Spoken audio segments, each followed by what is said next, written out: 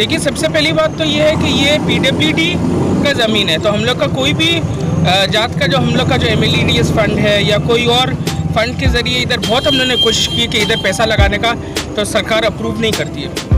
हम लोग শ্ৰমিকৰ ৰূপত অসমৰ এজন বিধায়ক ৰাইজৰ দুখ দুৰ্দশাৰ সময়ত সাধাৰণ লোকৰ দৰে শ্ৰম দান কৰি ভাগৰি নপৰা এইজন বিধায়কক হয়তো আপুনি নিশ্চয় চিনিব পাৰিছে।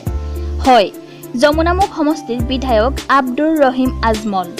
হোজাই জিলাৰ যমুনামুখ সমষ্টিৰ অন্তৰ্গত নীলবাগান তিনিআলিৰ উৰণীয়া সেতুৰ তলত থকা মূল পথটোৰ বিধ্বস্ত ৰূপ হোৱাৰ বাবে দীৰ্ঘদিন ধৰি পানী জমা হৈ পুখুৰী সদৃশ গাঁতৰ সৃষ্টি হৈছিল, যাৰ ফলত ৰাইজে যাতায়াতৰ বাবে জমৰ যাতনা ভুগিবলগীয়া হয়।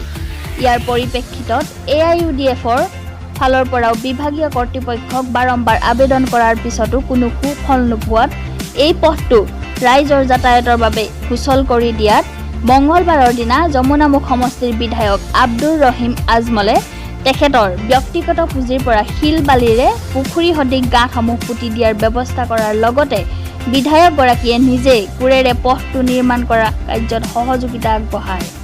ডবকাৰ পৰা হবিবুৰ ৰহমানৰ প্ৰতিবেদন। হেল্ল' অসম।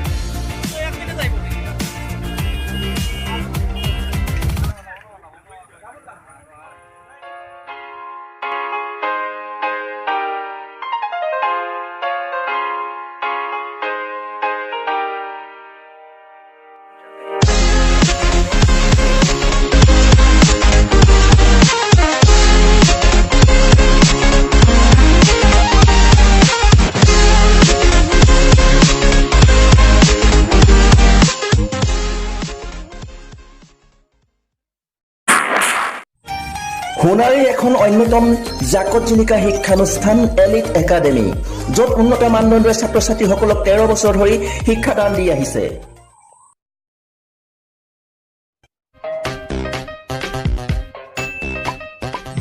সুস্বাদু মমো খাব বিচাৰিছে যদি সোণাৰীৰ মমো পইণ্টলৈ আহক আৰু জুতি লগাই মমো খাই যাওক।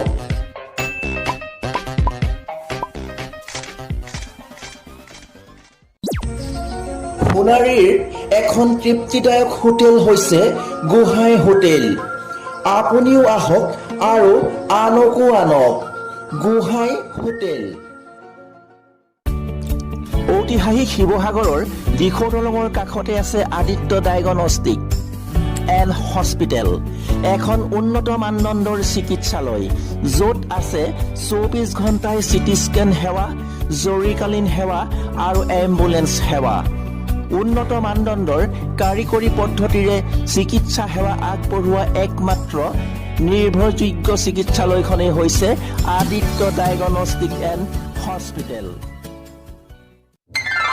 মৃদুস্মিতা চাহপাত নামেই যাৰ পৰিচয় উজনি অসমৰ আন এক অতুলনীয় তথা অনন্য সোৱাদযুক্ত সুগন্ধিত চাহপাত যোৰহাটস্থিত বৰভেটাৰ জেল ৰোড চাৰিআলিৰ নিচেই সমীপত আমাৰ যোগাযোগৰ ঠিকনা 96131020